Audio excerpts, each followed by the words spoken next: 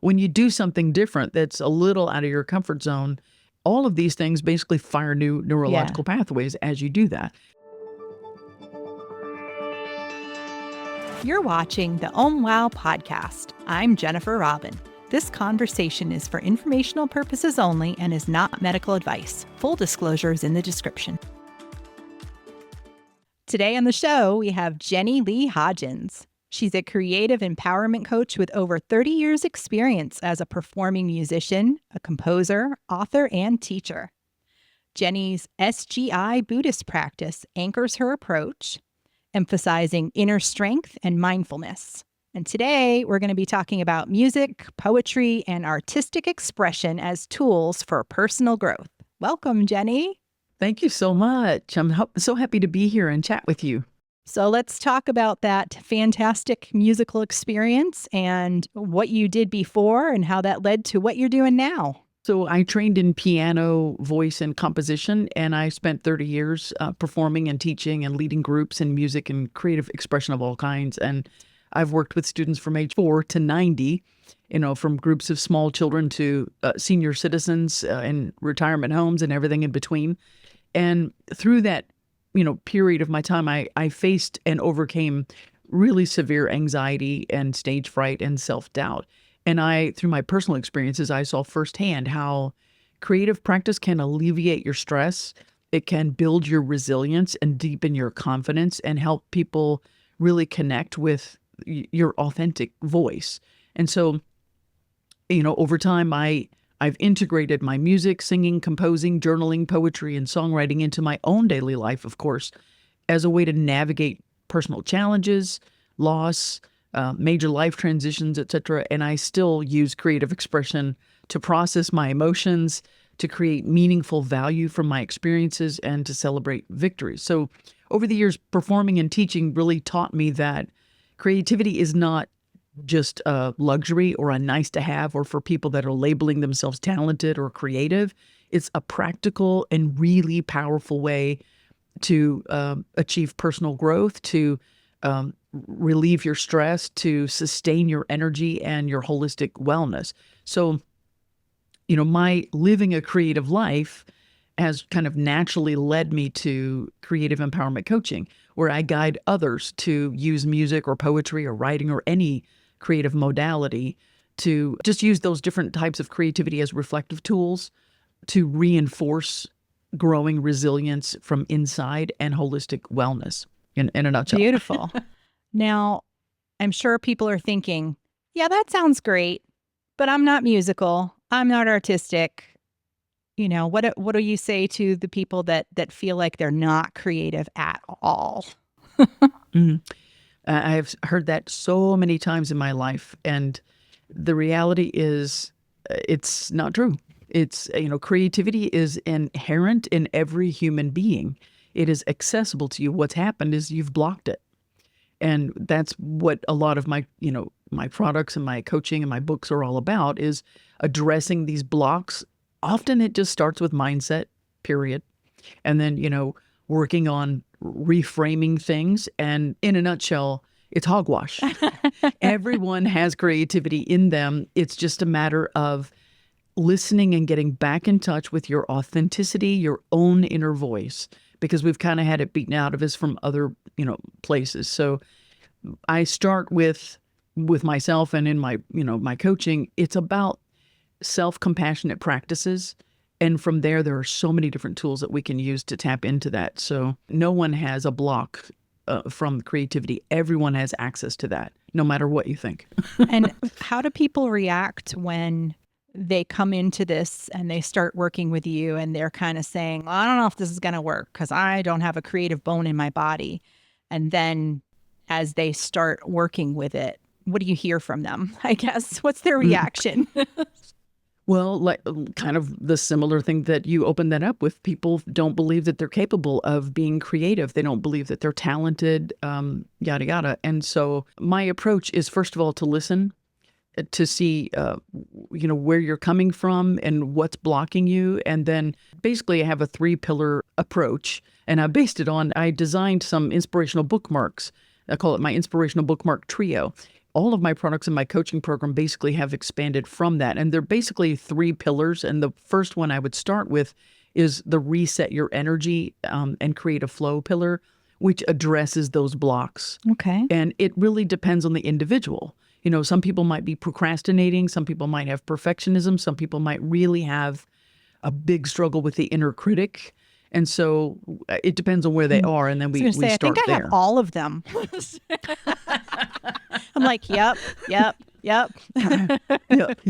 But, and that's everybody. I think everyone struggles with this to some degree, like that. So it's just a matter of honing in on what's really bothering you. What are your goals? What would you like to be able to do? And, resetting your energy with very simple, practical, and creative and spiritual tools, which are all kind of outlined in these strategies that I have in my creative empowerment coaching program. I just want to encourage people. It's really about listening to yourself compassionately, starting there, and then we can fine tune it going further. Nice. So now I'm curious. I don't know if I want to skip ahead, but we talked about. You can skip I'm anywhere. trying to think, but well, I want to know what the other 2 pillars are. But you did mention. Oh, sorry. No, that's okay. I know we'll get there. We'll get to that. Yeah. But my brain is like, yeah, now I want to know. But you brought up many things, perfectionist, but you also brought up inner critic, which we've talked about a little bit on this show. And I'm curious how you help people deal with the inner critic, or what your philosophy is on that.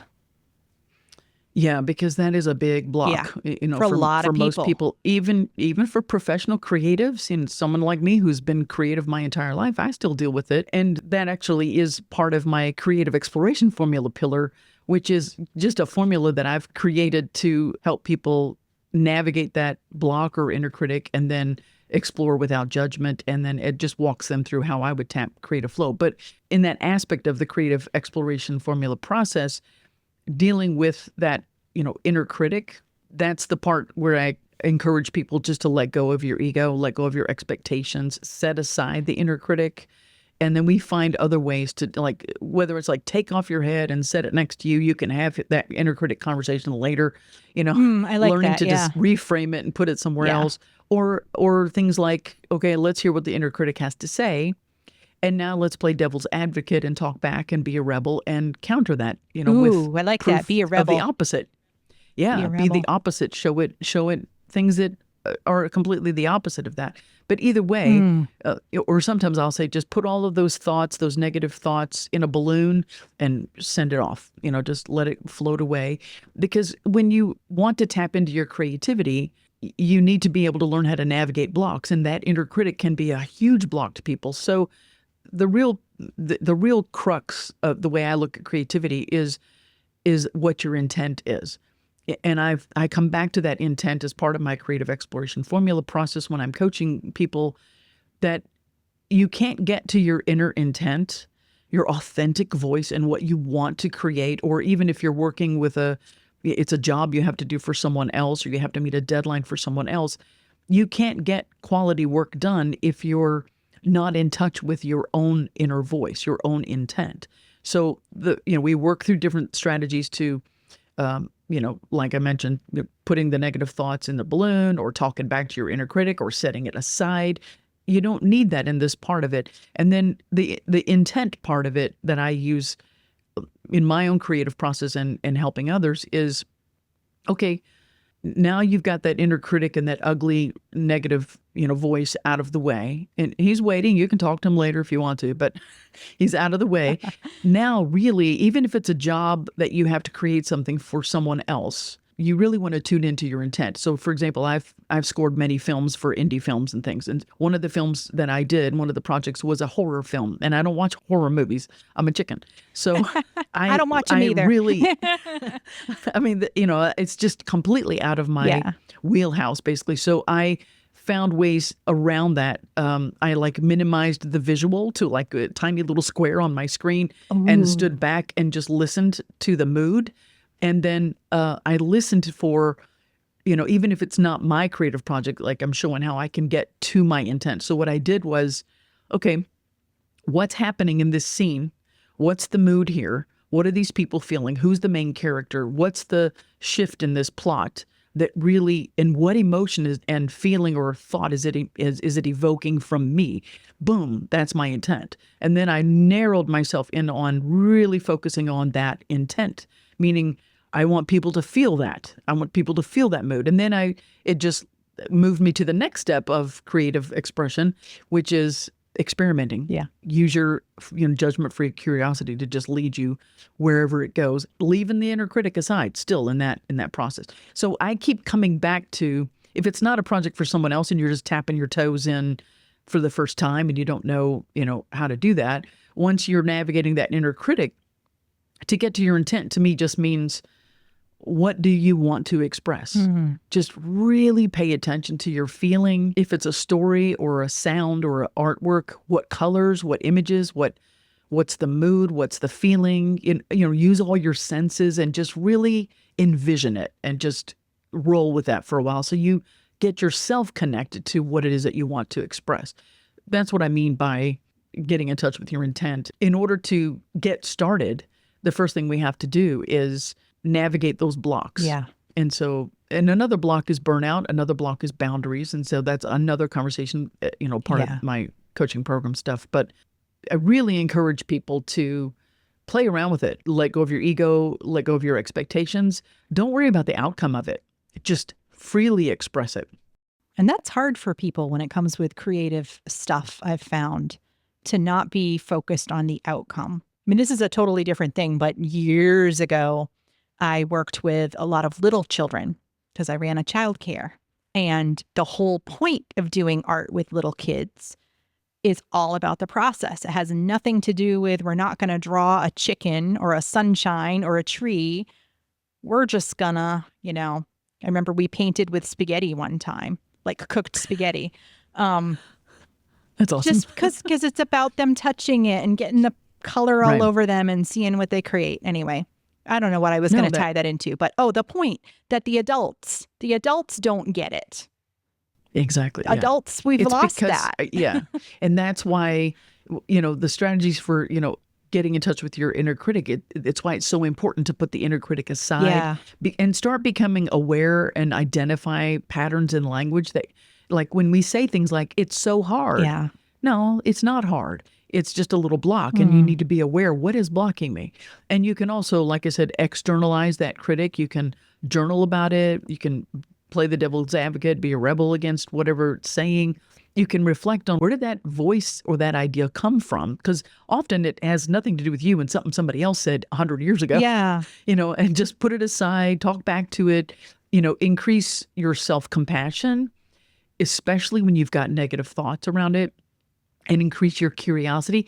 I love how you brought up the kids, because kids are nothing but curious. Yeah. And if you can go back to the feeling of your own youthful curiosity, just stay in that zone. And that redirects that energy and it helps you focus on your intent as your anchor. And then you just take, you were talking about it's so hard to not, to let go of the outcome. Yeah. Well, the baby step is, let's let go of the outcome. Yeah. That step in itself is a step. And then just take really small steps to reinforce creative confidence. Doodle, journal, whatever, art making, whatever you're doing with music, and it doesn't take much to open up that door to create a flow, because research proves you only need like 5 or 10 minutes, not really much, just dedicated time consistently starts to kind of reinforce your flow, basically, and you're learning how to get in that zone. And all of that, if you do it consistently, it will, it decreases, like I said, your stress. It increases your mood. It helps you develop creative habits. And that's where your structure starts and discipline starts to come into play. And when you have these in motion, little by little, it does open up the door and you get rid of those negative blocks, basically. Yeah. Do you ever dream of being a better mom, friend, or person? You're not alone. Life happens, and even your best intentions can fall off track. That's why I created Balanced Life Warrior, a no-fluff, practical course that helps you actually make progress toward the goals you have for your life. There's nothing overwhelming here, just tools that actually fit into your busy day. You belong here. Head to whiterobinwellness.com to get started today. That's whiterobinwellness.com. And as you were saying that, I'm also wondering, like, what changes in the brain from somebody who's thinking they're not creative and they're not doing anything with art, music, anything.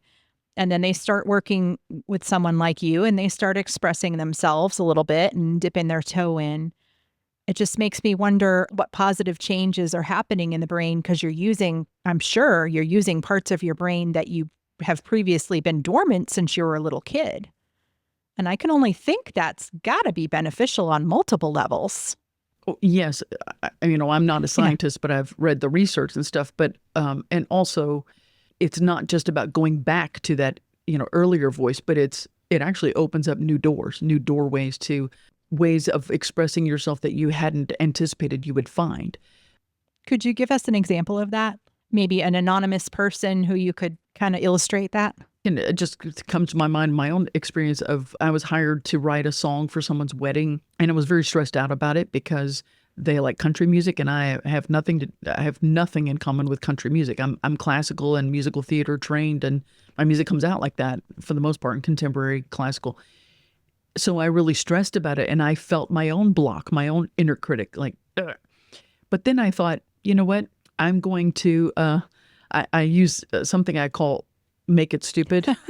It's part of that letting go of your ego, letting go of expectations. And I just decided, you know what? I'm going to just let go of any attachment to how this is going to be. I'm going to let go of any expectation that it's going to be good. And I'm just going to pretend I am another country. I can remember maybe Dolly Parton. I can't remember who I imagined I'm that person. I'm going to sit down and write like that person would. And I'm going to make it stupid. I'm going to not care what it sounds like, what it feels like, and just as an experiment, just to see what comes out, just to be ridiculous. I'm just going to do it. And when I started doing that, it just started flowing out of me because that basically countered that negative thought and allowed me to open up a new train of thought. And it's one of the better songs that I've written, very concise, very simple in form, but very accessible and warm, in spirit. And they loved that. I mean, they were so happy with that song, that I sang it at their wedding.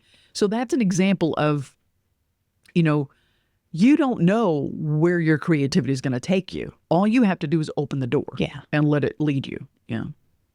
I hope that answered that. That was a great example. Thank you.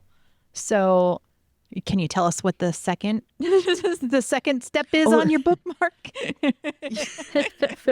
Yeah, so I'll go into a little bit of. I've got 3 pillars of my yes, coaching program. I have 3 inspirational bookmarks, and each one of them is a pillar in my products and in my coaching program, and even in my free creative empowerment sampler and my burnout guide. These kind of encapsulate some of these. And the first one we briefly talked about is resetting your energy and creative flow. And that's a framework spelling out the words reset, regularly resting, essentials only for the E. The S is stay in your lane. That's about boundaries and not overextending. The next E is embrace what nurtures you. And then the T is for team build, for accountability and supports. And then the creative exploration formula, so it just walks people through kind of what I've described to you. It's kind of like a roadmap that I use or help other people use to tap into creativity. You start with setting your parameters, put yourself in a box. Maybe you have certain materials you're going to use or certain time limits or procedural. Like, for example, I'm going to write a 32-bar piece of music. I'm only going to do that in 8-bar sections, and 16 bars is going to be a chorus. I'm not going any further than that. I'm just going to write those. I can only use the key of G, and I can only use eighth notes and quarter notes. I'm just making it up. Yeah. But basically, I just, set some parameters so you stay there. And the reason I suggest that you set parameters to explore creativity in this pillar of the process is that when you have unlimited selections of things, it can be very overwhelming and stifle you. I can relate to that. Yeah, I get that. But having said that, you can also break that rule. If you really feel like I want to break the rule and write 18 measures, do it. It's okay. Let that creativity take you where you need to go. But I find that setting limits, putting yourself in a box of certain limitations kind of takes the pressure off a little bit.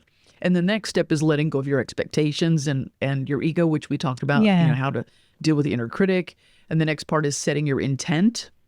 This is all a part of that creative exploration pillar. And that means just attuning to your own inner compass or your purpose or your why. And I anchor in that intent and come back to it and revisit it whenever you need to. Because to me, the intent is the anchor of all of it, because you really have to be in touch with your inner voice in that way. And then there's visualize ideas. And then there's the experiment brainstorm and explore without judgment period, where you just let's see where it takes you. And then there's allowing for failure. You have to really recognize that sometimes it won't work, or it doesn't sound right, or it doesn't look right. That's okay. Leave it there. The next step is redesigning. Yeah. And that's where you shift or make changes or whatever. And then the last pillar is keys to nurturing your creativity. And these are basically research and experience-backed practices that boost your creativity, like that many professional creators and just science and research has proven help boost your creativity. And those include forging trust in your inherent creative potential, self-care, self-compassionate care, rest, stillness, allowing more moments for absorbing and just being in tuned and in touch with yourself. And then there's exploring other people's creativity, watching or listening to other people's works or learning about it or watching their process. And then leaving your comfort zones, trying something completely different. Like That's I talked hard about for with everybody.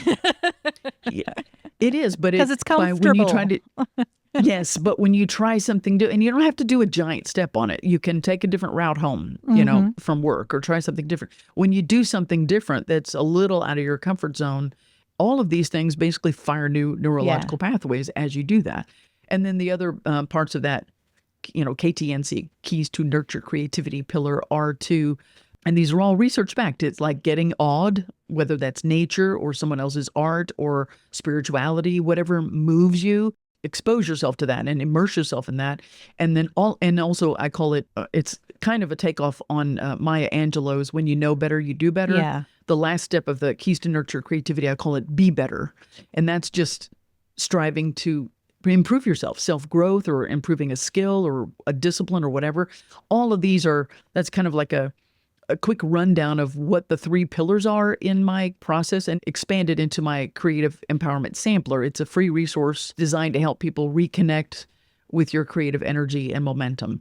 And it's built on these 3 concepts: the reset, which helps you protect your energy and restore your flow; the keys to nurture creativity, and that's those simple research-backed ways to boost your creative flow; and then my personal creative exploration formula, which is just helps you quiet that inner critic, and so you can just experiment and create freely.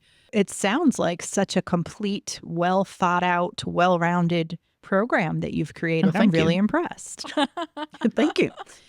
Well, it works. It works. And what I really base it on, the biggest robust part of it, is that reset your creative flow, energy and creative flow, because the blocks, the burnout, that keep us from the negative thinking, that kind of stuff, that is the deeper thing to start with. And it depends on you, it depends on individually. But once you, find those things, then there are very simple micro practices, spiritual, creative, practical things that you can do to navigate and overcome those blocks. But you got to start there, because you got to get through the block. Yeah, always, right?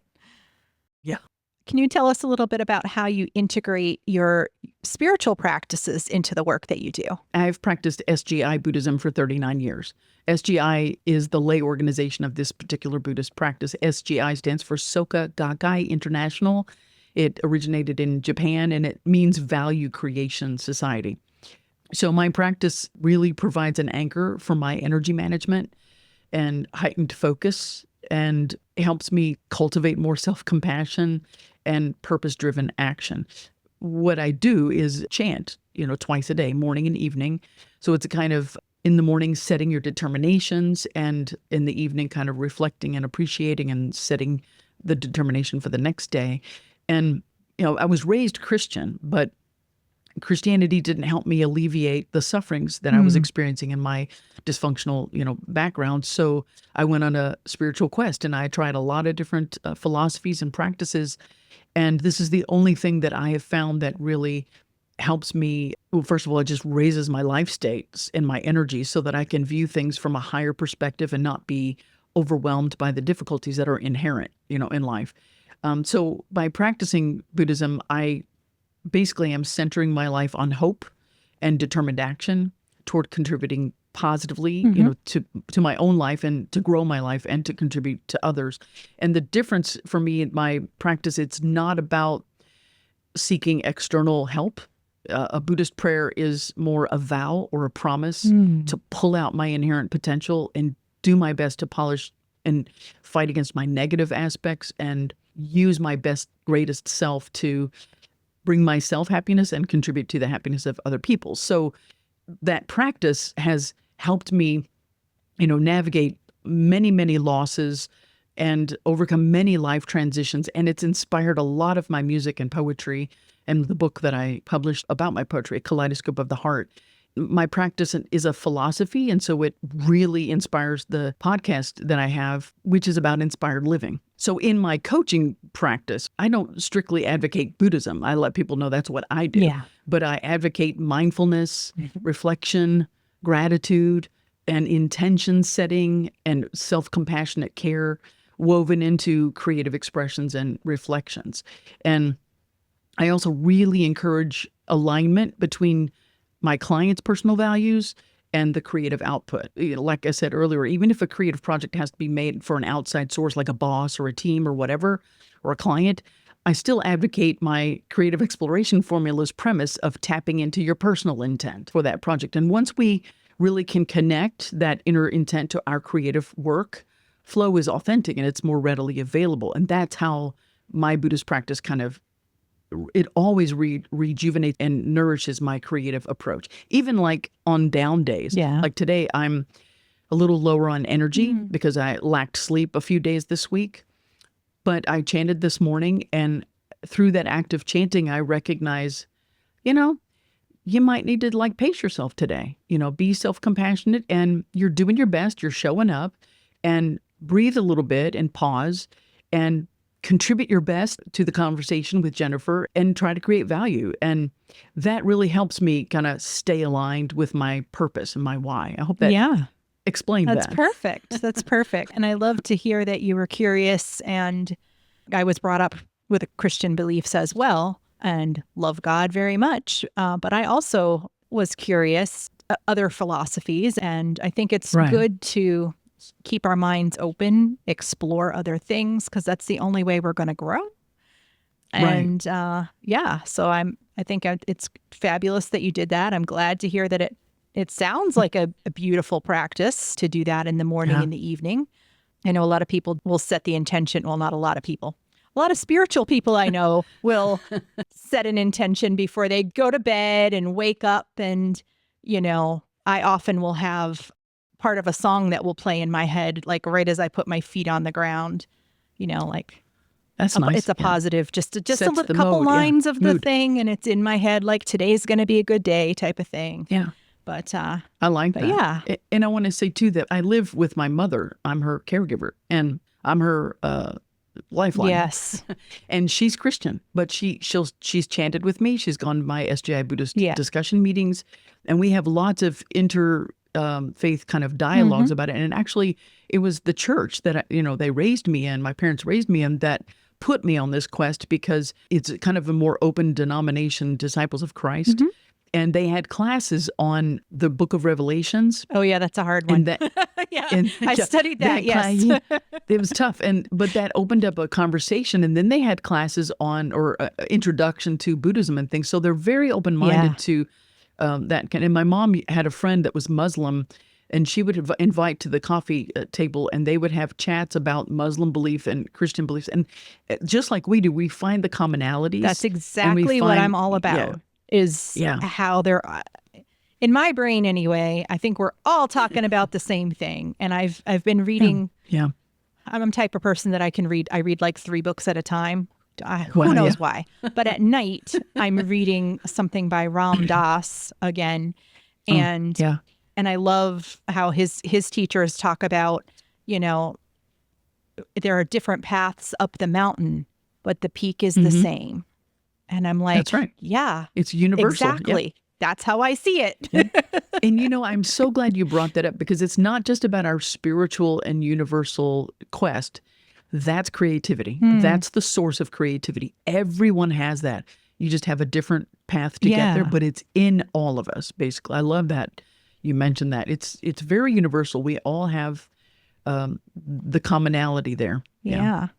Mhm. I think I could probably talk to you for a couple hours, but I know we have to wrap up this episode. Please share with us some of the resources that you offer and the ways that people can find out more about what you do and work with you.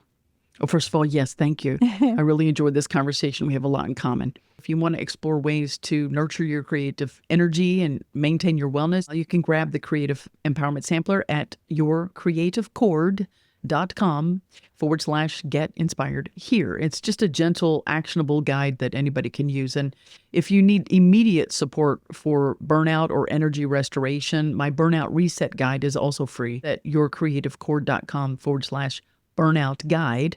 And that's just a short guide with reflective prompts to help reset your energy quickly. Perfect. And give us the website one more time, just the main website where we can find all your goodies. Sure, it's yourcreativecord.com. Perfect. Thank you so much for being here today. You're such an interesting person, and I think it was very helpful. I appreciate you. Well, I appreciate you. I just wish I'd had more sleep.